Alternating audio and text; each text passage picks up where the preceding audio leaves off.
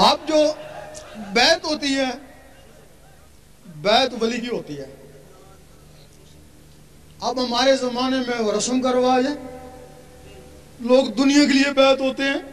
سید سلطان بو رحمۃ اللہ فرماتے ہیں اگر کوئی دنیا کے لیے بیعت ہو یا کوئی بیعت کرے تو دونوں حرام ہیں۔ بیعت اللہ کے لیے ہوتی ہے اور اللہ کے ولی سے ہوتی ہے۔ اب ہمارے ہاں رواج ہے، دادا ولی تھا نا، آگے اولاد تو ولی نہیں ہے نا، وہ رسم چلتی آ رہی ہے، صدیاں ہو گیا وہ رسم چل رہی ہے۔ وہ بیعت ہونے والے بھی خالی، بیعت کرنے والے بھی خالی، دونوں خالی ہے نا۔ بیعت صرف ولی کی ہوتی ہے۔ اگر ولی نہیں ہے تو بیعت کرتا ہے۔ بیعت کا کیسے خراب ہوا؟ وہ گدی نشین، سجادہ نشین بیعت کرنا شروع کر دی، اصلیت نہ اس کو پتا نہ بیعت ہونے والوں کو پتا ہے۔ پھر ہمارے عالموں نے دیکھا کہ یہ جو گدی نشین ہے اندر سے تو خالی ہیں، ان کے پاس علم بھی نہیں ہے، اگر یہ بیعت کر سکتے ہیں تو ہم بیعت نہیں کر سکتے، ہمارے پاس تو علم ہے۔ انہوں نے بیعت کرنا شروع کر دی۔ پھر ہمارے مفتیوں نے دیکھا کہ یہ جو عالم ہے ہمارے شاگرد ہیں، اگر یہ بیعت کر سکتے ہیں تو ہم بیعت نہیں کر سکتے، اور پھر انہوں نے بیعت کرنا شروع کر دی۔ پھر وہ تعویذ لکھنے والوں نے دیکھا کہ ہمارے ذریعے تو لوگوں کو فیض ہو رہا ہے، اگر یہ لوگ بیعت کر سکتے ہیں تو ہم بیعت نہیں کر سکتے، پھر انہوں نے بھی بیعت کرنا شروع کر دی۔ اس طریقے سے یہ سلسلہ خراب ہو گیا۔ اللہ تعالیٰ کے 99 نام ہیں، سارے جانتے ہیں، 98 صفاتی ہیں، ایک ذاتی ہے۔ 1,24,000 نبی صفاتی اسماء والے مل کر بھی اس میں ذات والے کو نہیں پہنچ سکے۔ یہ اگر اس میں ذات ملا تو حضور پاک کو ملا، حضور پاک کا تو فیض اس امت کو ملا۔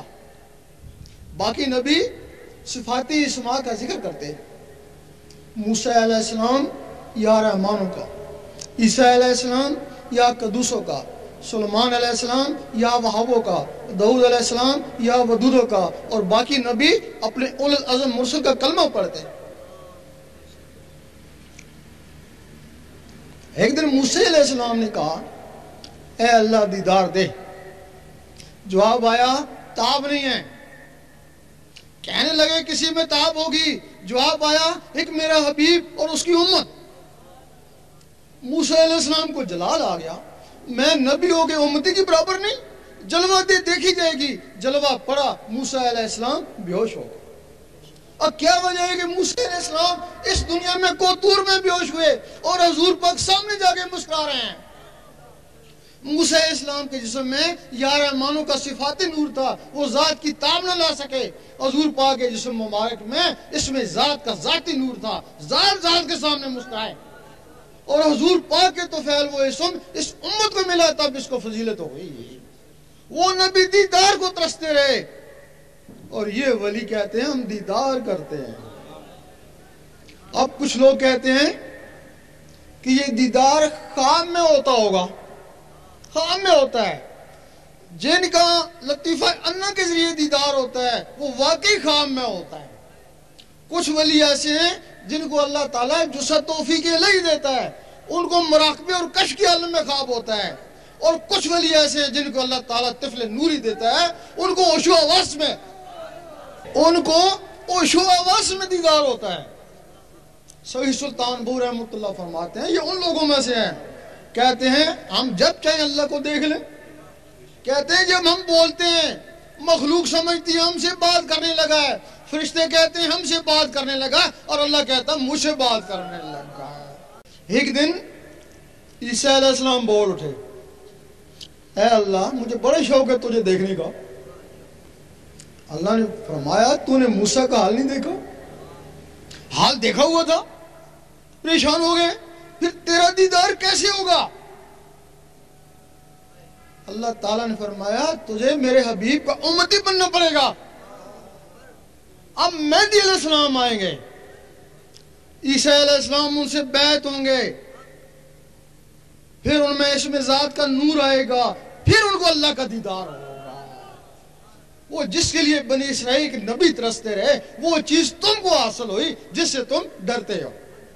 جو ساتھی بھی یہ چاہتے ہیں کہ ان کے دل کی دھڑکنیں اللہ اللہ میں تبدیل ہو جائیں، ذکر قلب کی اجازت لینا چاہتے ہیں، وہ قبلہ عالم سرکار شاہ صاحب کی آواز کے ساتھ اللہ اللہ پڑھتے رہیں، انہیں ذکر قلب کی اجازت ہو جائے گی۔ اللہ اللہ اللہ اللہ اللہ اللہ اللہ اللہ اللہ اللہ اللہ اللہ اللہ اللہ لا الہ الا اللہ۔ اب تمام حضرات جو نئے آئے ہیں ان کو اجازت ہے، ذکر قلب ہے، وہ چلتے پھرتے اٹھتے بیٹھتے دل کی دھڑکنوں کے ساتھ اللہ کا ذکر کرنے کی کوشش